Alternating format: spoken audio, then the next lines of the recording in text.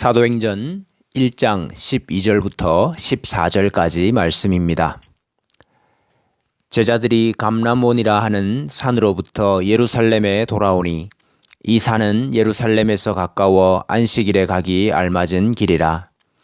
들어가 그들이 유하는 다락방으로 올라가니 베드로, 요한, 야고보, 안드레와 빌립, 도마와 바돌로메, 마테와 및 알페오의 아들 야고보, 셀로린 시몬, 야고보의 아들 유다가 다 거기 있어 여자들과 예수의 어머니 마리아와 예수의 아우들과 더불어 마음을 같이하여 오로지 기도에 힘쓰더라. 아멘. 예루살렘을 떠나지 말고 약속하신 것을 기다리라 하신 말씀을 따라 감람원이라는 산에서부터 예루살렘으로 돌아옵니다. 그들이 유하는 다락방으로 올라갔다라고 했습니다. 구체적으로 그곳이 어디인지 말씀하지는 않습니다.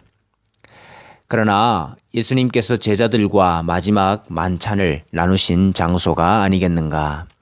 또 예수님께서 부활하신 후에 제자들에게 나타났던 곳이 아니겠는가 추정합니다. 사도행전 12장 12절에 베드로가 천사의 인도로 감옥에서 나온 뒤에 마가라 하는 요한의 어머니 마리아의 집에 가서 여러 사람들이 거기 모여 기도하고 있는 것을 보게 됩니다. 아마도 마가 요한의 어머니 마리아의 집일 가능성이 큽니다. 예수님의 제자들과 또 예수님의 형제들과 어머니 마리아와 여자들이 함께 모였다라고 했습니다. 여기 예수님의 아우들이라 이렇게 번역을 했습니다. 로마교 신학자들은 마리아가 평생 동안 동정녀로 살았다 그렇게 주장을 합니다. 그래서 이 단어를 형들이라 이렇게 번역을 했습니다. 요셉의 전처의 소생들이라고 주장을 합니다. 때로는 예수님의 먼 친척들이다라고 주장하기도 합니다. 그러나 성령으로 예수님께서 나시고 난 후에 요셉과 마리아 사이에 많은 동생들이 태어났지요. 원래 예수님의 형제들은 예수님을 믿지 않았습니다. 요한복음 7장 4절에 보면 예수님의 동생들이 명절에 예루살렘으로 예수님을 올라가라 부축입니다. 스스로 나타나기를 구하면서 묻혀서 일하는 사람이 없나니 이 일을 행하려 하거든 자신을 세상에 나타내소서.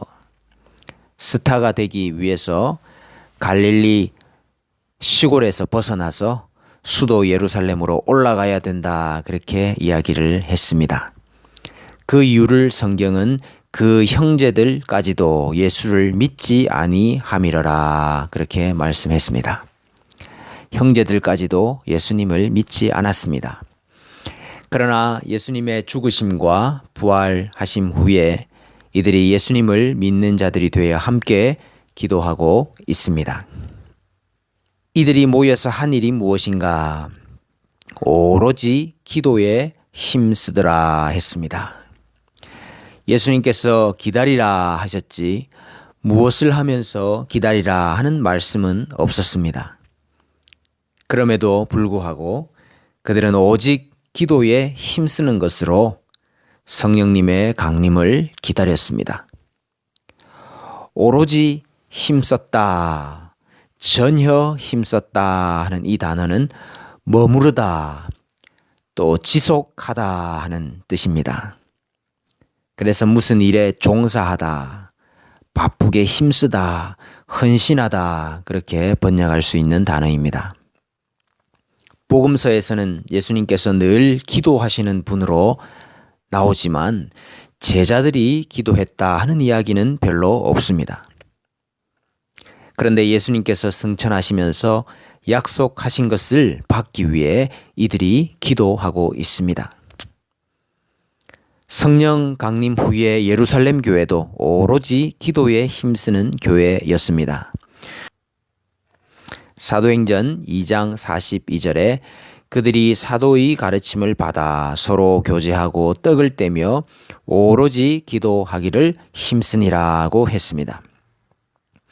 예루살렘 교회가 큰 교회가 되고 난 뒤에도 또 교회의 문제가 있을 때에도 그들은 기도하기에 힘썼습니다.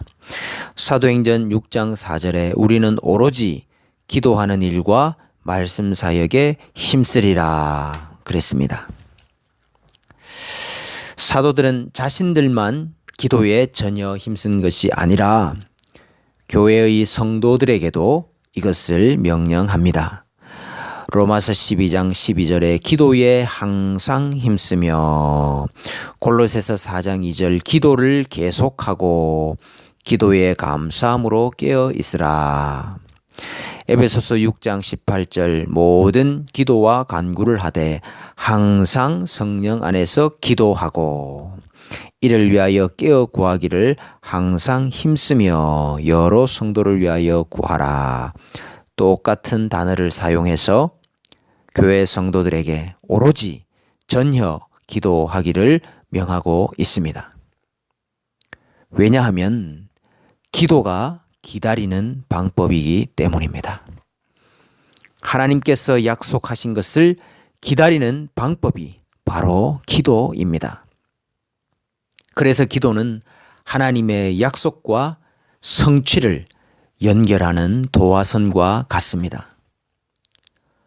구약의 성도들도 기도함으로 약속을 기다렸지요. 바누엘의 딸 안나라 하는 선지자가 있었습니다. 결혼한 후에 7해 동안 남편과 살다가 과부가 된 후에 84세가 되었습니다. 이 사람이 성전을 떠나지 아니하고 주야로 금식하며 기도함으로 섬겼습니다. 그때 예수님께서 안나에게 보이시지요. 예루살렘의 속량을 바라는 모든 사람에게 그에 대하여 말하게 되었습니다. 성전에서 기도하며 하나님의 구원을 기다리던 안나와 시므온은 바로 약속하신 메시아를 보게 되었습니다. 그런데 나 혼자 기도하지 않았습니다. 나 혼자 기도에 오로지 힘쓴 것이 아니라 많은 사람이 함께 힘을 썼습니다. 그래서 오늘 본문에도 더불어 마음을 같이하여 오로지 기도에 힘쓰더라고 했습니다. 더불어 마음을 같이하여 호모디마돈이라는 단어입니다. 일심으로 한 마음으로 이렇게 번역을 했습니다. 사도행전 2장 46절에 날마다 마음을 같이하여 성전에 모이기를 힘쓰고, 사도행전 4장 24절 그들이 듣고 한 마음으로 하나님께 소리를 높여 이르되, 사도행전 5장 12절 사도들의 손을 통하여 민간의 표적과 기사가 많이 일어나매 믿는 사람이 다 마음을 같이하여 솔로몬 행각에 모이고, 사도행전 8장 6절 무리가 빌립의 말도 듣고 행하는 표적도 보고 한 마음으로 그가 하는 말을 따르더라. 재밌는 것은 사도행전 15장 25절입니다. 사람을 택하여 우리 주 예수 그리스도의 이름을 위하여 생명을 아끼지 아니하는 자인 우리가 사랑하는 바나바와 바울을 함께 너희에게 보내기를 만장일치로 결정하였노라. 여기 만장일치라는 단어가 이 단어입니다. 하나님은 기도를 통하여 구원의 약속을 이루십니다. 그런데 함께 기도하고 한 마음으로 기도하고 만장일치로 기도하기를 원하십니다.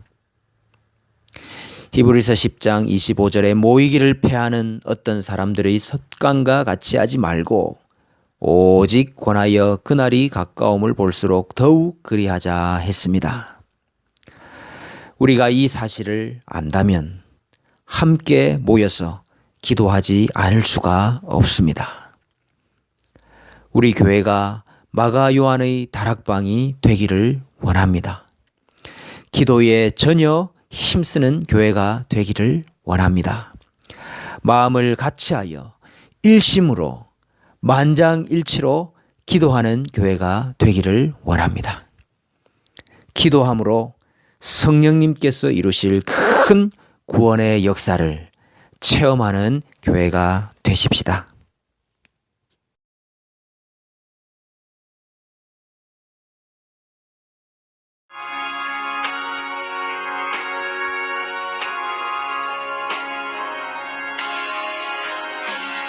내 기도하는 그 시간 그때가 가장 즐겁다.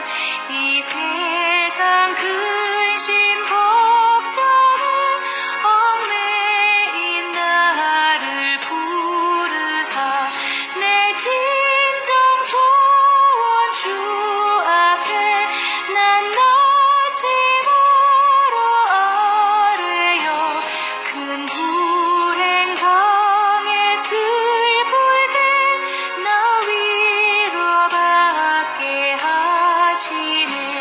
내 기도하는 그 시간 내게는 가장 귀하다.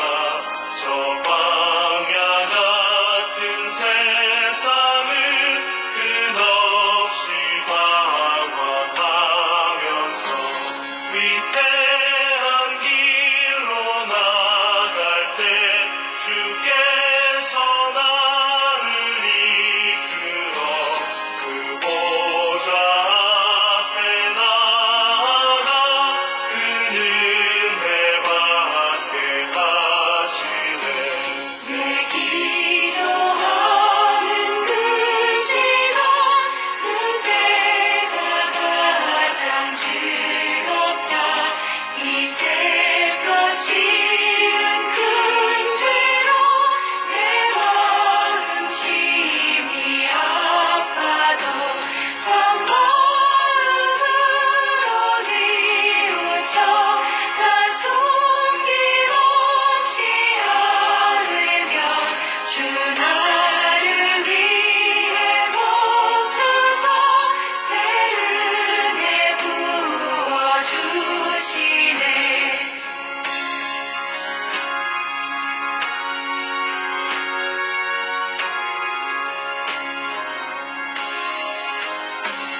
내 기도하는 그 시간 그때가 가장 즐겁다. 주 새